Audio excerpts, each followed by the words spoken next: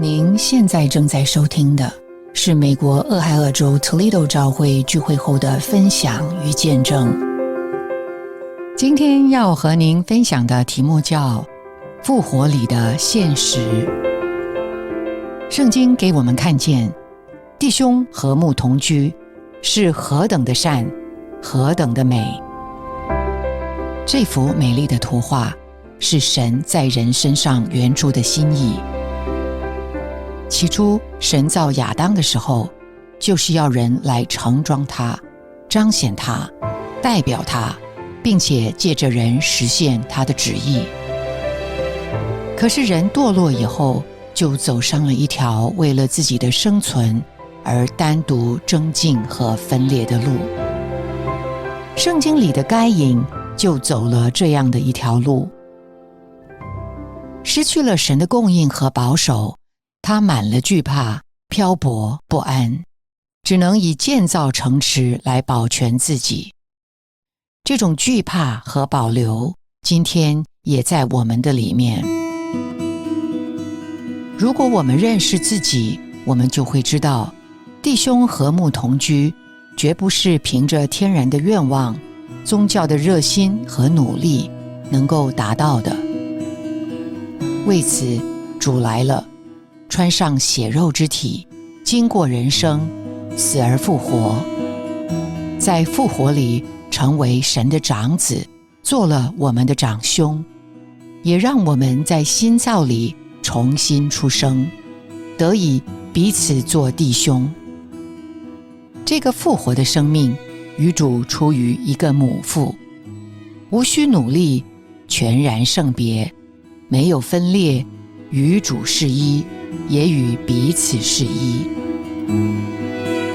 哥林多前书给我们看见保罗在这样的眼光里服侍教会中分裂的情形。他看见也深深地体会教会的各样难处不会因着人的安排和努力而改变，因此他没有别的动作，只是相信那个出自同一母腹的爱，将这些分裂的信徒带回到那一个一母同胞、彼此相爱、彼此顾惜的实际里。在这个实际中，人与人的关系改变了，人对钱财、时间、生活的态度也自然而然地改变了。在这个神圣的范围里，没有饥饿、缺乏和索取，只有在复活里的洋溢和慷慨。那么教会里为什么还有分裂和难处呢？跟母腹同一个词的是哥林多前书第6章中所描述的只是为着食物的肚腹。在人的腹中有一个空间，这个空间可以是孕育生命的母腹，也可以是为着满足自己的肚腹。我的需要有没有被顾到？这就是我们救人的光景，也是该隐的性情：空虚、索取、害怕失去，为了保全自己，杀害弟兄。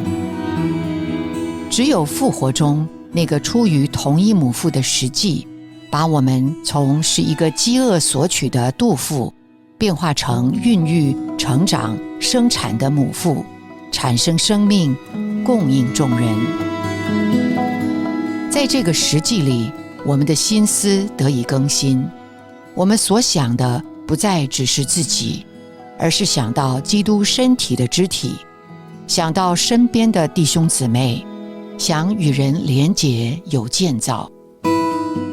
这些都是生命的迹象，这些都是复活的证据。